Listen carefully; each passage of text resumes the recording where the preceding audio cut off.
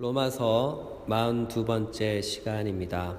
오늘 본문은 은혜의 상속자에 관한 내용들입니다. 여러분, 상속하면 무엇이 생각날까요?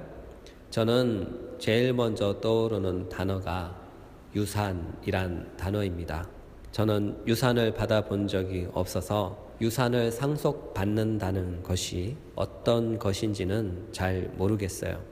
물론 저도 받은 유산이 있긴 하죠. 가난이라는 유산인데요. 이 유산은 정말 불편한 유산입니다. 그래서 저는 제 후손에게만은 저와 같은 불편한 유산을 물려주기 싫은데요. 현실과 바람은 약간의 차이가 있는 것 같습니다. 그런데 오늘 본문에 의하면 아브라함과 그 후손들이 받을 유산이 있다고 합니다. 저에게는 복음과 같은 소식이죠. 왜냐하면 저도 아브라함의 영적 후손이기에 이 유산에 대해 기대가 살짝 됩니다. 또한 여기에 모인 우리 모두도 아브라함의 영적 후손들이므로 우리에게는 같은 소망이 있다는 것이죠. 그것은 바로 세상을 상속받는다는 것입니다. 갑자기 세상을 상속받는다 하니까 속으로 이런 생각이 드시죠? 에이, 그게 뭐야? 우리가 이와 같은 생각을 하는 것은 본문에서 가리키는 세상이 너무 멀리 있는 세상 같기 때문에 그렇습니다. 만약 본문에서 가리키는 세상을 우리가 한 번만이라도 눈으로 직접 봤다면 아마 그런 생각은 아예 하지도 않겠죠. 그런데요, 성경을 보니까 우리에게 약속된 세상을 미리 본 사람들이 있어요. 그 사람은 사도 바울이죠. 그가 우리에게 약속된 세상을 보고 와서 우리에게 이렇게 말했어요. 고린도후서 12장 2절, 내가 그리스도 안에 있는 한 사람을 아노니 그는 14년 전에 셋째 하늘에 이끌려 간 자라. 그가 몸 안에 있었는지 몸 밖에 있었는지 나는 모르거니와 하나님은 아시느니라. 내가 이런 사람을 아노니 그가 몸 안에 있었는지 몸 밖에 있었는지 나는 모르거니와 하나님은 아시느니라. 그가 낙원으로 이끌려 가서 말로 표현할 수 없는 말을 들었으니 사람이 가히 이르지 못할 말이로다. 이와 같이 사도 바울은요, 희미하게나마 하나님이 약속한 세상을 맛보았습니다. 사도 바울이 맛본 세상을 또한 믿음으로 바라본 사람이 있었으니 그분이 바로 아브라함이에요. 히브리서 11장 9절, 믿음으로 그가 이방의 땅에 있는 것 같이 약속의 땅에 거류하여 동일한 약속을 유업으로 함께 받은 이삭 및 야곱과 더불어 장막에 거하였으니 이는 그가 하나님이 계획하시고 지으실 터가 있는 성을 바랐음이라. 이 사람들은 다 믿음을 따라 죽었으며 약속을 받지 못하였을 때 그것들을 멀리서 보고 환영하며 또 땅에서는 외국인과 나그네임을 정언하였으니 그들이 이같이 말하는 것은 자기들이 본향을 찾는 자임을 나타냄이라. 히브리서 기자는 우리가 약속으로 받을 세상을 본향이라고 표현합니다. 그러므로 사랑하는 여러분, 우리에게는 지금의 세상과는 다른 하나님이 약속한 세상이 하나 있는데요. 그 세상을 아브라함과 그의 후손들에게 유산으로 주시겠다고 약속하셨어요.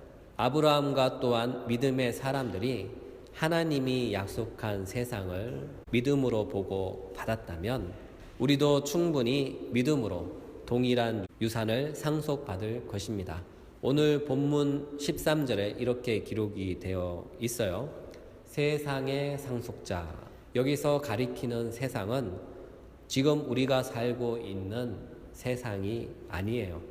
본문이 제시하는 세상은 궁극적으로 완성될 세상, 다시 말해서 완전한 세상을 가리키는 것입니다.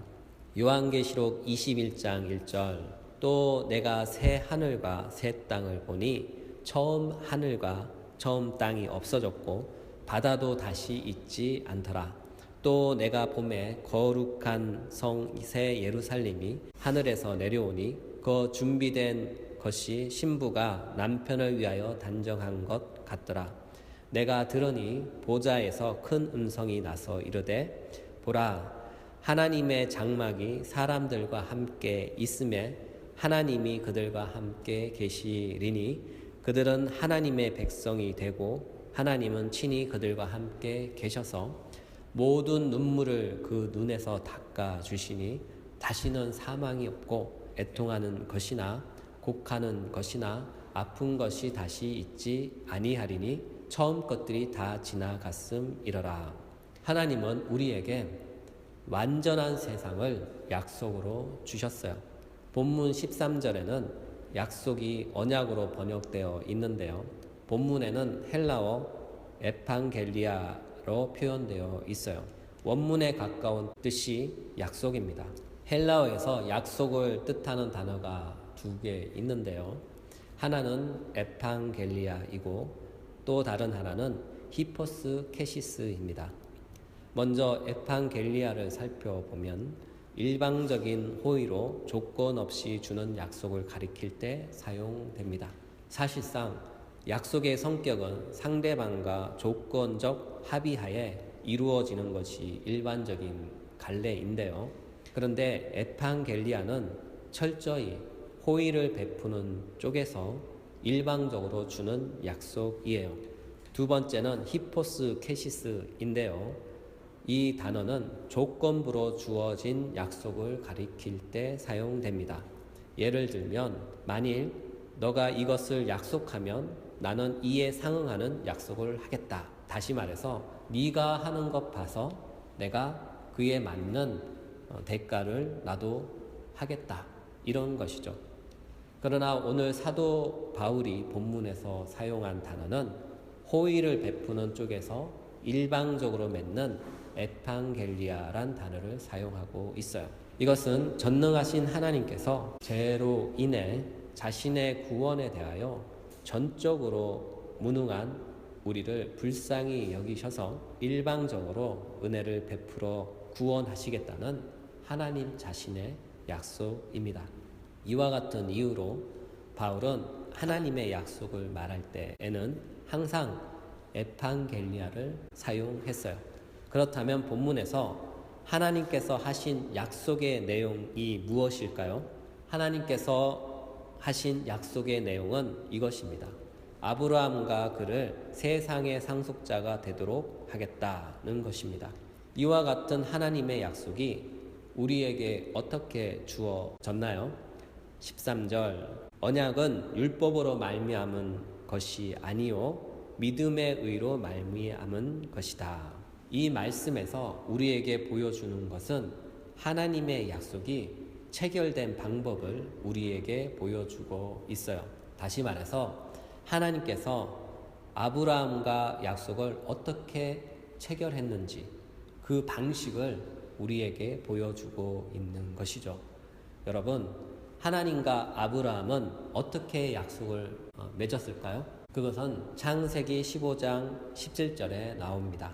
해가 져서 어두울 때에 연기 나는 하루가 보이며 타는 햇불이 쪼갠 고기 사이로 지나가더라. 아브라함 당시에 약속을 협정할 때 일반적인 관례는 약속의 당사자들이 재물을 둘로 쪼개어 놓고 쪼개어 놓은 재물 사이를 서로 지나가는 것이 보통이었습니다. 이렇게 함으로써 만약 약속을 맺고 그 약속을 지키지 않은 자는 또는 약속을 파괴한 당사자를 쪼개진 재물과 같이 쪼개어 버린다는 것을 약속하는 것이죠. 그런데요, 이 본문에서 쪼갠 고기 사이로 지나간 분이 누구신가 하면요, 바로 하나님을 상징하는 햇불이에요. 쪼개진 고기 사이로 아브라함이 지나간 것이 아니에요. 하나님께서 직접 그 쪼개진 고기 사이로 지나가신 것입니다. 이 사실은 우리에게 무엇을 말해주는 것일까요? 하나님께서 아브라함과 약속을 맺으시고 그 약속을 지키겠다고 하나님 스스로가 재물 사이로 지나가신 것이죠. 아브라함이 지나간 것이 아니에요. 하나님이 지나가셨어요. 이것은 그 약속이 아브라함의 행위와는 무관하게 하나님께서 베푸신 약속을 하나님께서 스스로 반드시 지키겠다고 약속하신 것입니다. 이와 같은 약속의 행위가 우리에게 보여주는 것이 무엇인가 하면요, 이 약속을 보증하고 지키겠다고 약속하신 이가 바로 우리의 하나님이라는 사실이에요. 여러분, 이 약속을 지키고 보증하는 것의 당사자는 우리가 아니에요. 아브라함도 아니죠. 우리에게 은혜를 베푸시고 그 약속을 반드시 지키시며 성취하신다는 것을 아브라함에게 보여주신 분은 바로 우리의 하나님인 줄 믿으시기 바랍니다. 이것은 하나님께서 인간과 약속을 맺으실 때 그 어떤 조건을 전제로 약속을 맺지 않으시고 일방적으로 체결하신 것을 뜻하는 것이죠. 이와 같은 이유로 우리의 구원은 나 자신에게 달려있지 않아요. 우리를 불러서 우리에게 구원의 은혜를 베푸시고 그 베푸신 은혜가 끝까지 유효하도록 만드시는 분이 바로 하나님이십니다. 로마서 11장 29절 하나님의 은사와 부르심에는 후회하심이 없느니라. 여기서 하나님의 은사는 우리의 구원의 은혜죠. 그리고 우리에게 구원 베푸신 것에 대해 절대로 후회하지 않으신다는 것을 보증해 주는 말씀이에요. 또한 로마서 8장 28절 우리가 알거니와 하나님을 사랑하는 자 곧 그 뜻대로 부르심을 입은 자에게는 모든 것이 협력하여 선을 이루느니라. 여기에서 선은 궁극적으로 우리의 구원의 완성을 가리키는 것이에요. 그리고 궁극적인 구원의 완성은 우리에게 사랑을 베푸시는 성부와 그 사랑의 본체로 우리에게 오셔서 사랑을 전하신 성자와 그 사랑을 입고 우리를 그분의 사랑의 교제로 이끄시는 성령의 사역이 우리의 구원을 완성하신다는 말씀인 것이죠. 이와 같은 은혜의 복음을 듣고 우리는 기뻐하는 것입니다. 사랑하는 여러분, 우리가 신앙생활을 하는 것은요, 단지 예수님 믿고 구원받고 천국 가기 위해서 하는 것이 아니에요. 우리가 신앙생활을 하는 것은요, 이와 같은 한량없는 하나님의 은혜가 나에게 주어졌으며 그 은혜가 너무 크고 무겁고 고귀하기 때문에 그 감격 속에서 평생 갚아도 못 갚는다는 마음으로 신앙생활하고 봉사하는 것입니다. 사랑하는 여러분, 우리의 마음속에 이와 같은 신앙의 고백과 감격이 있습니까? 혹시 여러분이 이와 같은 구원의 감격과 은혜를 잊고 매 주일마다 돌아오는 예배 시간을 신앙의 짐으로 여기진 않습니까? 여러분, 우리의 신앙의 현주소가 이와 같다면 우리 모두 회개합시다. 회개하고 다시 하나님의 은혜에 감격을 회복할 수 있도록 믿음의 작은 손을 벌려 하나님의 긍휼을 구하십시오. 하나님께서 여러분이 내미신 믿음의 작은 손을 꼭 잡아 주실 줄 믿습니다. 13절과 관련하여 한 가지 더 살필 것이 있는데요. 여기서 등장하는 단어 중에 율법이란 단어가 나옵니다. 13절 언약은 율법으로 말미암은 것이 아니요 믿음으로 말미암은 것이다. 사랑하는 여러분, 아브라함 시대에 율법이 있었을까요? 아니면 없었을까요? 정답은 아브라함 시대에는 율법이 없었다는 것이죠. 그렇다면 율법은 언제 등장할까요? 갈라디아서 3장 17절 내가 이것을 말하노니 하나님께서 미리 정하신 언약을 430년 후에 생긴 율법이 폐기하지 못하고 그 약속을 헛되게 하지 못하리라. 그렇죠? 율법은요, 하나님과 아브라함이 약속을 맺은 후 430년 후에 시내산에서 모세를 대표로 출애굽한 이스라엘과 맺었어요. 따라서 오늘 본문에서 언급된 율법은 이스라엘이 시내산에서 맺은 모세의 율법이 아니에요. 아울러 모세의 율법을 구약 전체에 적용하면 그것도 안 돼요. 왜냐하면 모세의 율법은 성경이 쓰여지고 한참 뒤에 주어진 것이기 때문에 그렇죠. 따라서 바울이 본절에서 가리키는 율법은요, 모세의 율법이 아니라 명령으로서의 율법이에요. 그러므로 본절이 가리키는 율법은 순종을 요구하는 명령, 하나님의 명령을 가리켜 율법이다라고 말하는 것이죠. 그리고 이와 같이 순종을 요구하는 명령의 범주에 속하는 모든 것이 율법에 포함되는 것이죠. 이와 같은 맥락에서 하나님께서 아브라함에게 주신 약속은 순종을 요구하는 명령의 범주에 속하는 율법인 것입니다. 이 율법은 믿음에 의하여 수용되었으며 430년 뒤에 주어진 모세의 율법의 구속을 받지 않는 것입니다. 오히려 모세의 율법은 아브라함이 믿음의 의로 수용한 율법이 무엇이었는지 가장 명확하고 선명하게 나타내 준 것이에요. 그리고 그 가운데서도 십계명이 아브라함과 맺은 약속의 내용의 핵심을 가장 잘 표현한 것입니다.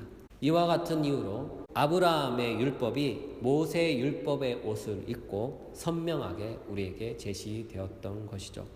따라서 하나님의 약속은 아브라함에게 믿음의 순종이라는 형태로 주어졌으며 아브라함은 순종의 명령의 형태로 주어진 율법으로 말미암아 세상의 상속자가 된 것입니다. 이와 같은 이유로 로마서 4장 14절엔 이렇게 표현을 하고 있어요. 만일 율법에 속한 자들이 상속자이면 믿음은 헛것이 되고 약속은 파기되었느니라. 만약 모세가 전해준 율법 준수로 상속자가 되었다면 약속은 이미 파괴되고 우리의 믿음은 헛것이 된다고 말씀하는 것입니다. 왜냐하면요, 약속은 믿음으로 받기 때문에 그렇습니다. 따라서 약속이 깨지면 약속의 효력들이 사라지는 것이죠. 그렇죠? 우리가 서로 약속을 했는데 그 약속은 문서로 작성하진 않잖아요. 그죠? 서로의 믿음을 바탕으로 약속을 하죠. 근데 그 약속이 믿음이 깨지면 그 약속의 효력들이 깨지는 것입니다. 그러므로 우리가 붙잡아야 할 것은 하나님께서 아브라함에게 주신 약속을 붙잡아야 합니다. 그 당시 유대인들은요, 하나님을 기쁘시게 하는 근거로 율법의 철저한 준수를 선택했는데요. 이것은 믿음의 근거를 둔 약속을 폐기하는 것이었어요. 하나님이 제공하신 은혜를 쓸모없는 것으로 만드는 것이죠. 따라서 이와 같은 율법 준수를 추종하는 자들에게 사도 바울은 단호히 말씀합니다. 로마서 4장 15절 율법은 진노를 이루게 하나니 율법이 없는 곳에는 범법도 없느니라. 여러분, 율법이 이루려고 하는 것이 무엇일까요? 율법이 이루려고 하는 것은 진노예요. 사도가 서신서에서 진노란 단어를 몇 군데 빼곤 거의 다 하나님의 진노를 표현하는 용도로 사용되었어요. 유대인들은요, 자신들의 하나님을 기쁘시게 하는 방법으로 율법 준수를 선택했는데요, 그것이 오히려 하나님의 진노를 불러일으키는 것이 되었어요. 여러분, 여기에서 말하는 유대인들은 바울 당시에 예수님을 믿지 않는 유대인들을 말하는 게 아니에요. 그들은 유대인들 중에 예수님을 믿은 자들이 다시 신앙생활을 하는데 율법으로 돌아간 것을 말을 하는 거예요. 그러니까 우리가 신앙생활을 하면서 예수님의 은혜로 구원은 받았잖아요. 그죠? 이 구원받은 사람들이 다시 뭘로 돌아가냐면 율법의 철저한 계명을 지키려고 노력하는 자리로 돌아가는 것을 뜻하는 거예요. 그런 사람들에게 사도 바울은 단호하게 경고하는 거예요. 하나님의 진노가 임한다. 이 본문에서 이루게 하나니는 원문의 뜻은 성취하다, 가져오다 라고 번역되어 있어요. 따라서 율법의 성취의 끝은 필연적으로 하나님의 심판대 앞에 서는 것입니다. 그리고 율법대로 심판하시는 심판장이신 하나님을 만나게 되는 것이죠. 사랑하는 여러분, 이와 같이 율법을 지킴으로써 하나님을 기쁘시게 하거나 의롭게 하심을 얻을 사람이 없다는 것을 꼭 기억하십시오. 우리는 우리의 행위로 하나님을 기쁘시게 하는 것이 아니에요. 하나님의 은혜로 주어진 구원을 믿음으로 수용하는 것이 하나님을 기쁘시게 하는 것임을 믿으시기 바랍니다. 히브리서 11장 6절 믿음이 없이는 하나님을 기쁘시게 하지 못하나니 하나님께 나아가는 자는 반드시 그가 계신 것과 또한 그가 자기를 찾는 자들에게 상 주시는 이심을 믿어야 할지니라. 그래서 로마서 4장 16절은 이렇게 말씀합니다. 그러므로 상속자가 되는 그것이 은혜에 속하기 위하여 믿음으로 되나니 이는 그 약속을 그 모든 후손에게 굳게 하려 하심이라. 율법에 속한 자들에게 뿐만 아니라 아브라함의 믿음에 속한 자에게도 그러하니 아브라함은 우리 모든 사람의 조상이라. 이 본문에서 은혜에 속하기 위하여를 원문에 가깝게 번역하면 이렇습니다. 은혜를 따르도록 하기 위해, 은혜를 따르도록 하기 위해라는 뜻이죠. 다시 말해서 상속자가 되는 약속은 우리의 노력으로 얻는 보상이 아니라 하나님이 베풀어 주신 은혜로 된다는 사실을 강조하고 있어요. 그리고 그 은혜의 근거는 오직 믿음뿐이다 라고 강조합니다. 이것이 율법이 불가능했던 일이었던 거죠. 그러나 은혜는 합니다. 율법에 속한 단 한 사람도 하나님의 약속으로 인도하지 못하지만 은혜는 유대인이든지 이방인이든지 예수를 믿는 모든 이들을 하나님의 약속으로 인도할 수가 있어요. 이와 같은 이유로 하나님의 은혜에는 한계가 없다. 사랑하는 여러분, 하나님의 은혜가 우리를 구원합니다. 사랑하는 여러분, 하나님의 은혜가 우리를 하나님의 구원의 약속들에 참여하게 만듭니다. 이 모든 것이 은혜로 되는 것이지 나의 행위로, 나의 신앙의 열심으로, 신앙의 공로로 되어지지 않습니다. 만약 율법 준수의 대가로 주어놓은 것이라면 그것은 절대로 은혜가 되지 않는 것이죠. 이와 같은 은혜로 우리의 구원은 처음도 은혜요, 과정도 은혜요, 마지막도 은혜인 줄 믿으시기 바랍니다. 이와 같은 한량없는 하나님의 은혜가 오늘 이 시간 우리 예배 가운데 온전히 임해서 여러분에게 이 은혜가 충만히 임하시길 예수님의 이름으로 축복합니다.